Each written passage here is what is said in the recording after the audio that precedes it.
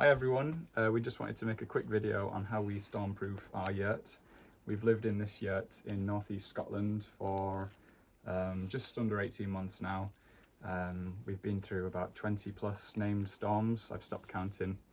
The last particularly bad one was Storm Floris in the summer last year. That one nearly took the ceiling off and it was particularly bad, and we didn't want to live through that again, and we didn't want anyone else to live through that again, so we thought we'd share what we know and what we do these days.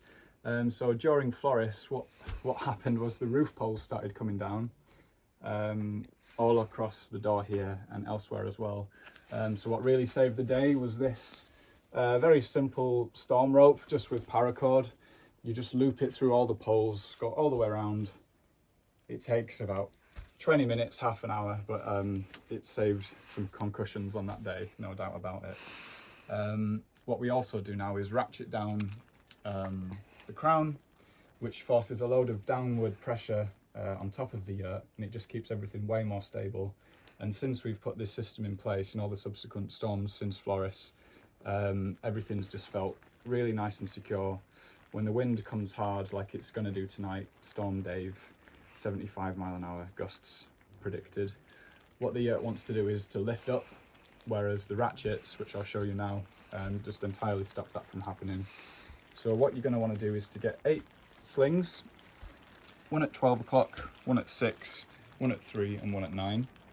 And you're going to want to attach these slings above your door here onto like one of these eyelets or something. And then you're going to need to get 4 ratchets with hooks on either side, one to attach onto the sling on this side and one to attach onto a sling that comes down off the crown. And you're going to want to do that all the way around. We're hooked onto the trellis on the sides where the trellis is. We're slinged on and then hooked onto the slings. Yeah, that's pretty much what we do. I also take the fireplace down. You might have a more robust stove than we do here, but it tends to, the chimney's never blown off, but I come out in the morning and it's leaning at a crazy angle, so best to just take that down, and it stops it from rocking and all that sort of thing.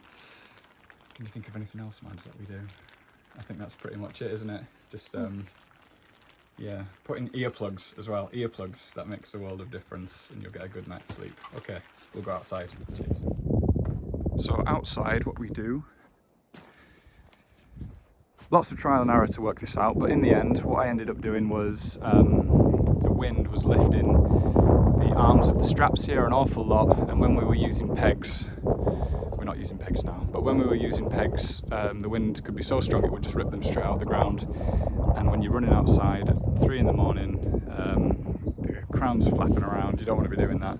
So what I do now is I ratchet all the straps from the crown cover, I ratchet them underneath, and it's very similar to what I do inside. You're just gonna want to make sure your crown cover is dead centralized over your crown. So have someone inside checking it as you go. So as you can see, I just come onto these like hoop hook things there, just hook onto them. I've got 2 of them, and I've got running diagonally across. They meet up on their respective opposite ones there. I'll just show you what it looks like outside here as well.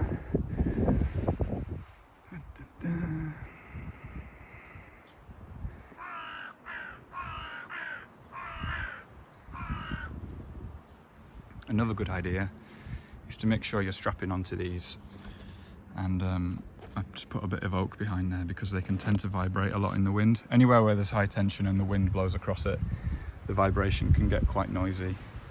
Because I didn't quite get my roof in place when I put the yurt up the first time, I had a bit of a gap here where the wind could get up and try to take the ceiling. It never did that. This is a bit of a botch job, but it definitely does the job, so I don't really worry about it too much these days. And I've just got a ratchet here as well, just to stop that from lifting. Definitely a good idea to tie these as well, because it'll just stop the banging. Your yurt will it'll be like living in a bass drum if you don't do that. And don't go over tense with the ratchets. You'll know when it's enough. Okay.